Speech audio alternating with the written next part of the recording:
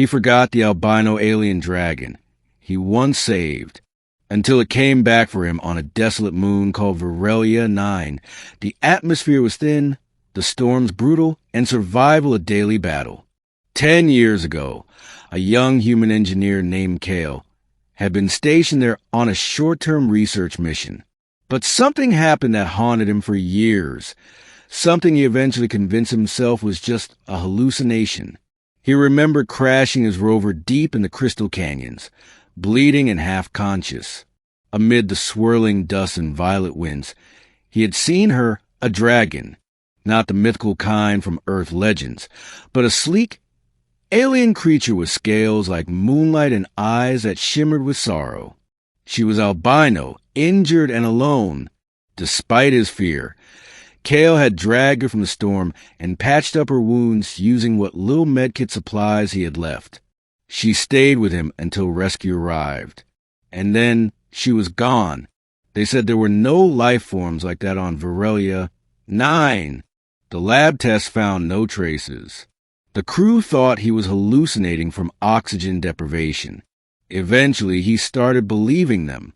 Years passed. Kale moved on, working at starports, fixing derelict ships, and burying his past under layers of labor and exhaustion. He never returned to Virelia 9. Until now. Kale was now 40, grizzled and quiet. He'd been hired to install a power matrix on a mining rig on a nearby moon, but a system malfunction forced him to detour, and the only suitable landing point was Virelia 9. It was supposed to be a quick fuel stop. The old ghost stirred the moment his boots hit the surface.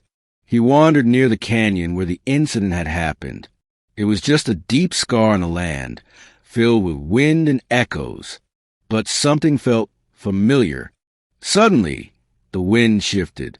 A low hum vibrated through the rocks. Kale turned and his heart froze. From the shadows emerged the albino dragon, fully grown now. Her wings spanned wider than shuttlecraft. Her body shimmered like pearl beneath the setting twin suns. But it was her eyes that undid him. They were the same, recognizing soft and ancient. Impossible, he breathed. She approached head low, nostrils flaring to catch a scent. She remembered. Kale stumbled backward, half in awe, half in fear. Do you remember me? The dragon let out a low, musical sound, half growl, half purr, and nudged his chest gently with her snout. Then, from behind her wing, she revealed something that made his knees buckle. A smaller dragon, albino as well, but translucent, as if not fully solid. A child? No, a projection. Images began to flicker in Kale's mind, memories not his own. A transfer of thought. He saw through her eyes the moment he saved her, felt her pain, her gratitude, her loneliness after he left, and then he saw her journey. She had followed his ship for years through space, watching him from afar, never revealing herself, waiting. She had returned now not just out of loyalty, but because she needed help. A violent mining operation had begun deep within Virelia's core. The humans had unknowingly disturbed something ancient, something that affected her kind. The dragon species, hiding beneath the surface for centuries, were now being poisoned by seismic radiation. The albino female, whom Kale now mentally called Lura, was one of the last healthy survivors. Kale, shaken but driven, agreed to help. He spent the next 3 days modifying his equipment to detect and isolate the source of the radiation. Lura watched him constantly, occasionally sharing mental flashes to guide him to tunnels where her kin hid.